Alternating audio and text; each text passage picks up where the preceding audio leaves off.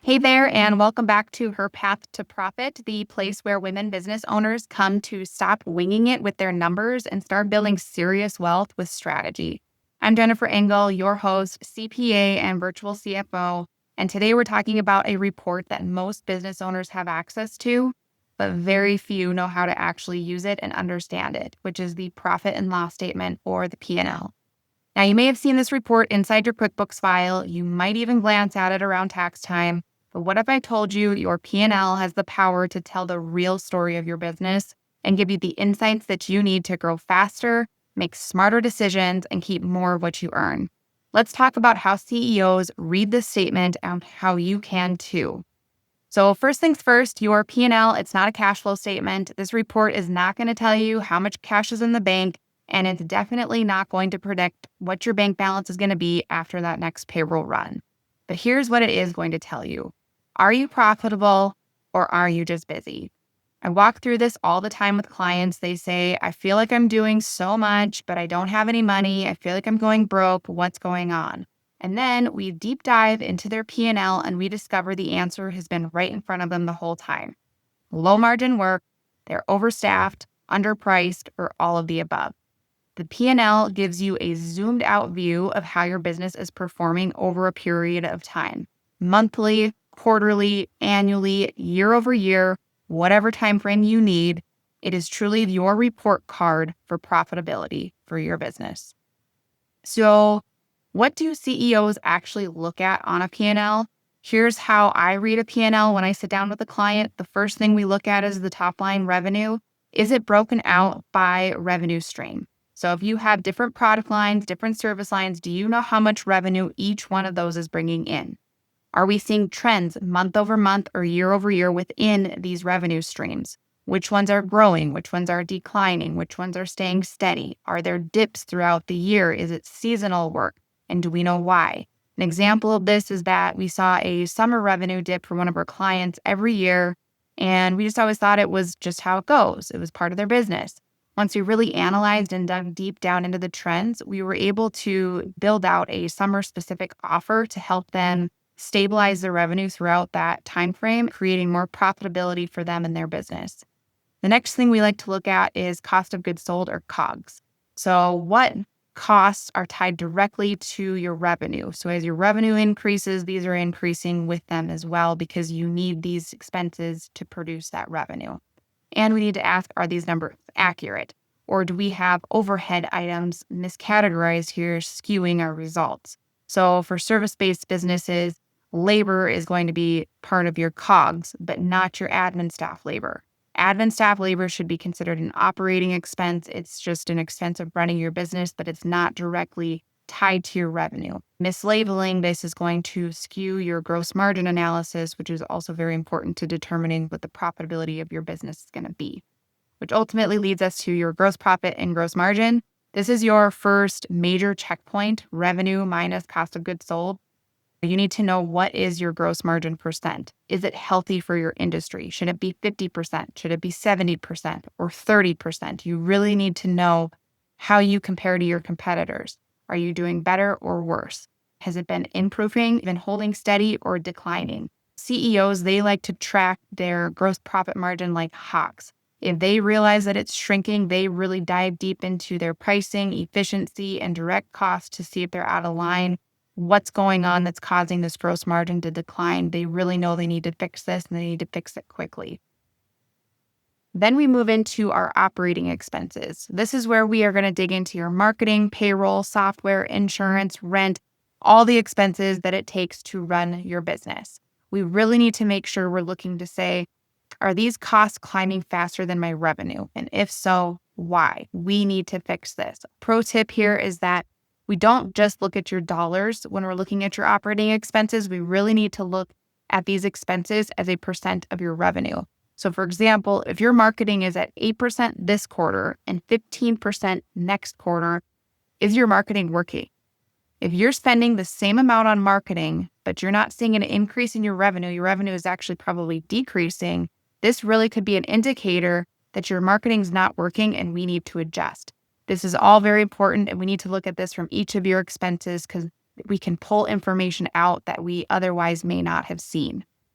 Then we move into your EBITDA or your net operating income. This is where we see true performance from your business before muddying the picture with taxes, interest, depreciation, amortization. Your interest is going to be more of a financing expense.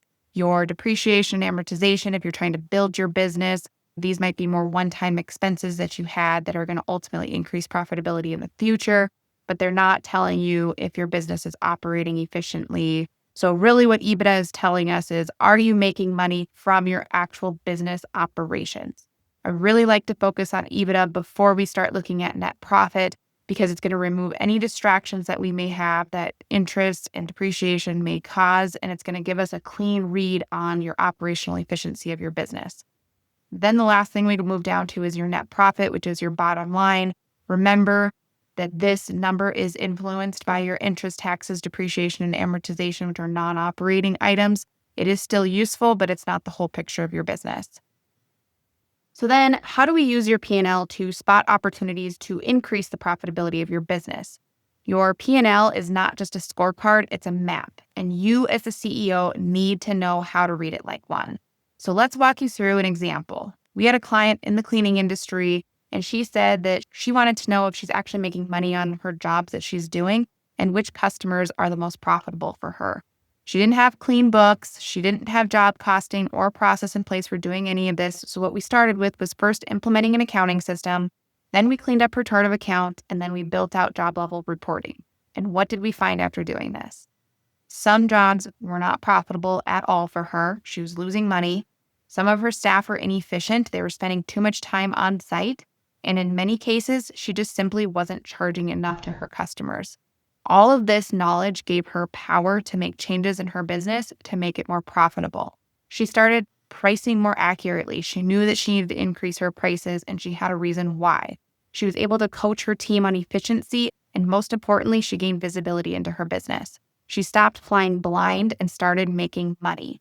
She also felt more confident in her tax planning because she actually had this P&L she could rely on and could have an understanding of where she was trending throughout the year to know if her taxes are going to be more or less than they were last year. So there's less of a surprise come tax time.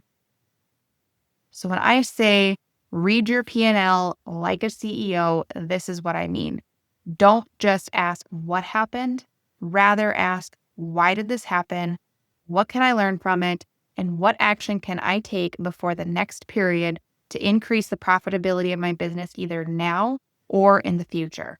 We need to look at your numbers like you're reviewing a strategy plan. We're not just looking at a stack of receipts or numbers. So here are the 5 CEO level questions to ask yourself every month.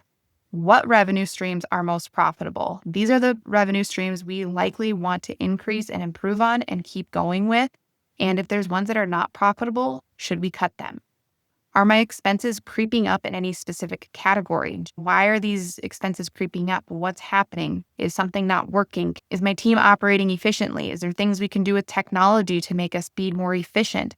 Do I have pricing power in my market, or do I need to adjust? So am I competitive with the market? Am I pricing too high, too low? Where should I be? And am I making decisions from a place of data or emotion?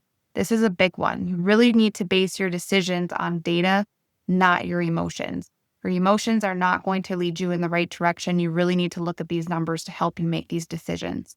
And if you're not asking any of these questions, you're likely managing your business reactively versus strategically and proactively. And this is a very easy thing we can change.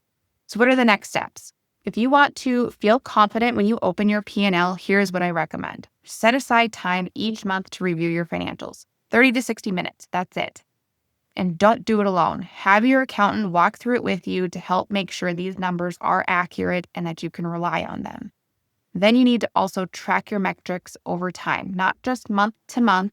Don't look at this month compared to last month or this quarter compared to the same quarter last year. What we really need to do is we need to look at your trends over a longer time frame, such as 5-year period, so we can truly see how it's trending. Is this metric trending positively, negatively, or is it staying steady? How can we improve this metric over time? And then the last thing that we need to do is you need to get help interpreting what these numbers mean. This is where your CFO comes in. They are going to ask you questions to get you thinking about your business and how you could potentially improve the profitability of your business. They are going to help you look at these numbers and create a story around them. And if you're tired of guessing or just want to finally understand how your business is performing beneath the surface, let's talk. This is what we do every day at Her Tax and Accounting GPS. We help women business owners step into the CEO seat confidently by helping them to understand their numbers. Book a free discovery call with us. We'll walk through what's going on in your business and see if working together is the right next step. Click the link below in the description to book your free discovery call. And don't forget to like, subscribe, and share this episode with another woman business owner who's ready to start running her business with more strategy and less stress. You've got this, and we've got your back. We'll see you next week on Her Path to Profit.